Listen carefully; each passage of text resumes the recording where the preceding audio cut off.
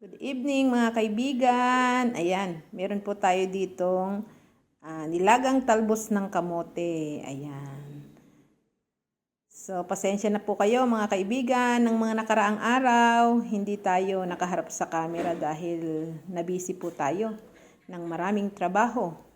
Okay, ayan po. Pagka nilaga nyo ang kamote, yan ang kanyang sabaw, maitim. Pero nakaproduce po ako ng masarap na juice sa pamamagitan ng pinaglagaan ng kamote. Ayan.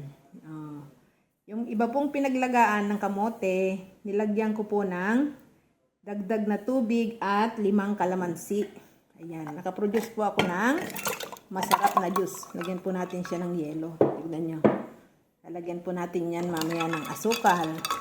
At meron na tayong masustansyang juice. Yan, bagay sa ating mga anak dahil ito ay punong-puno ng iron. Ayan po.